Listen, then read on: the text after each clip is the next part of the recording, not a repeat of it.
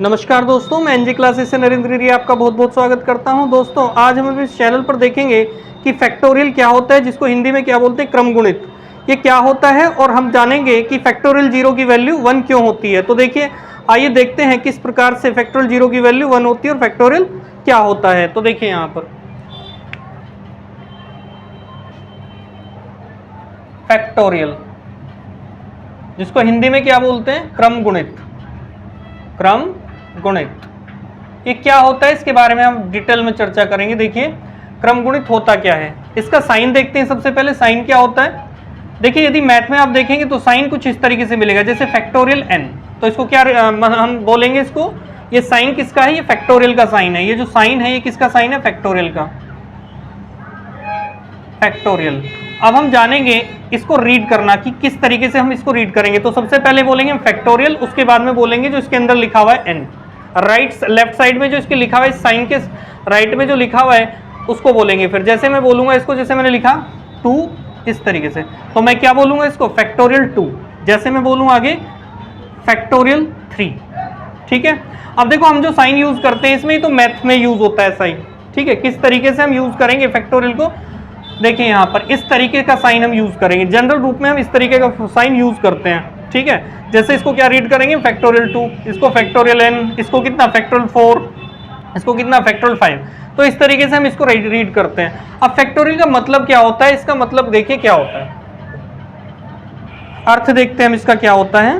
तो देखो जैसे मैं बात करूं यहाँ पर फैक्टोरियल n मैंने लिखा है, यहाँ पर कितना लिख दिया, फैक्टोरियल n, या मैं इसको किस तरीके से लिख सकता हूँ, फैक्टोरियल n, इस तरीके से। ठीक है, अब इसका मतलब क्या होता है, जब फैक्टोरियल के अंदर से, मतलब फैक्टोरियल्स के बाहर हम n को लिखेंगे तो फैक्टोरियल के अंदर जो संख्या बचती है उससे कम होकर के बचती है। जैसे मैं बात करूं n बाहर लिया मैंने, तो इसके अंदर कितना बच जाएगा, n-1। कितना बच जाएगा, n-1। एक कम होकर के इसके मतलब अंदर क्या होगा, नंबर बचेगा। उसके बाद में यदि मैं n-1 भी बाहर लूंगा तो n तो पहले से ही बाहर है, और यदि मैं n-1 बाहर लूंगा तो अंदर कितना बचने वाला है, n-2। इसी तरीके से यदि मैं n-2 को बाहर लूंगा तो कितना हो जाएगा, n-1 n-2 इस तरीके से। तो कितना बचेगा फैक्टोरियल के अंदर, n-3 इस तरीके से।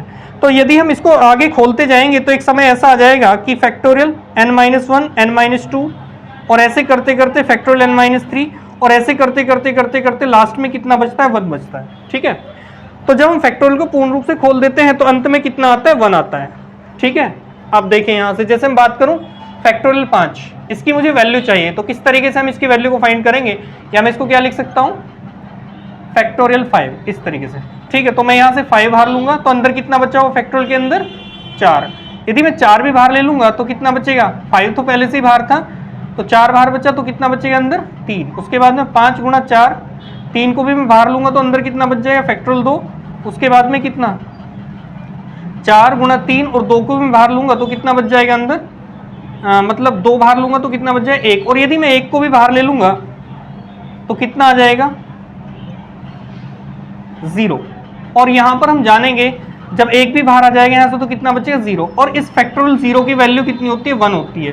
तो ये कैसे होती है फैक्टोरियल 0 की वैल्यू, इसके बारे में भी हम जानेंगे, अभी डिटेल में चर्चा करेंगे। तो और में देख लेते हैं 1-2 एग्जांपल।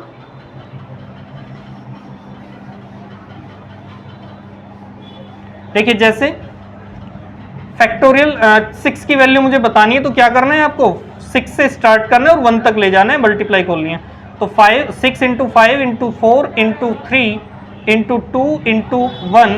ठीक है, तो इसका मान कितना हो जाएगा, इसकी मल्टीप्लाई जो भी आएगी वो क्या हो जाएगी, फैक्टोरियल 6 की वैल्यू हो जाएगी। जैसे 6 5 जार 30, 34 जार कितने होते हैं, 120, 123 जार कितने होते हैं, 360, और 362 जार कितने होते हैं, 70, मतलब 720। तो ये क्या हो जाएगा, फैक्टोरियल 6 की ये वैल्यू होती है। जैसे बात की जाए फैक्टोरियल 5 की वैल्यू, तो फैक्टोरियल 5 अभी मैंने बताया, जैसे फैक्टोरियल 4 देखता हूँ मैं अभी यहाँ पर, तो फैक्टोरियल 4 की वैल्यू कितनी आई, 4 × 3 × 2 × 1। तो 4 3 जार 12, 12 2 जार 24। तो कितनी आ जाएगी, फैक्टोरियल 4 की वैल्यू कितनी होती है, 24। तो आज हम जानेंगे कि फैक्टोरियल 0 की वैल्यू, फैक्टोरियल 0 की वैल्यू 1 क्यों होती है। तो देखिए यहाँ पर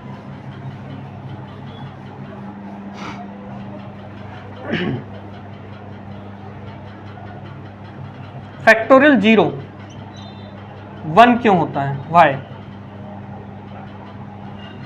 तो इसके बारे में हम चर्चा करते हैं। देखिए यहाँ पर अभी मैंने आपको बताया कि फैक्टोरियल n यदि मैं लिखूंगा, फैक्टोरियल n यदि मैं लिखूंगा तो इसको किस प्रकार से लिखा जाएगा, n इंटू n यदि मैं बाहर लूंगा तो फैक्टोरियल n-1 रखा जाएगा।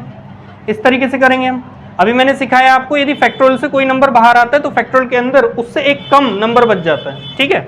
अब देखो दोनों साइडों में मैं क्या रख दूंगा, इसमें 1, put n is equal to 1 both side, दोनों तरफ क्या रख दिया मैंने, यहाँ पर n रखूंगा तो फैक्टोरियल 1 और यहाँ पर कितना हो जाएगा 1 इंटू में कितना फैक्टोरियल 1-1, ठीक है।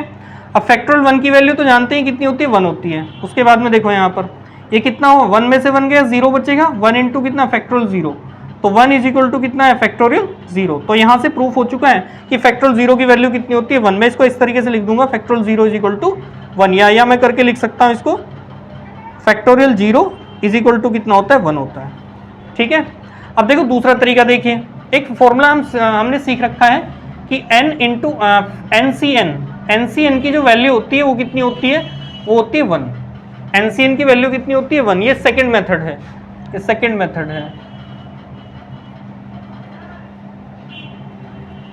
ये फर्स्ट था, ठीक है। तो देखो यहाँ पर फैक्टोरियल मतलब NCN की वैल्यू क्या होती है 1 होती है, ठीक है। अब देखो मैं इसका फॉर्मूला ओपन करना चाह रहा हूँ यहाँ से, तो फैक्टोरियल n, क्योंकि NCR का फॉर्मूला क्या होता है NCR, तो फैक्टोरियल n इंटू में कितना फैक्टोरियल n-r, ये फॉर्मूला होता है फैक्टोरियल r और इंटू में कितना फैक्टोरियल n-r। तो इस फॉर्मूले को हम यूज करेंगे यहाँ पर, देखो किस तरीके से।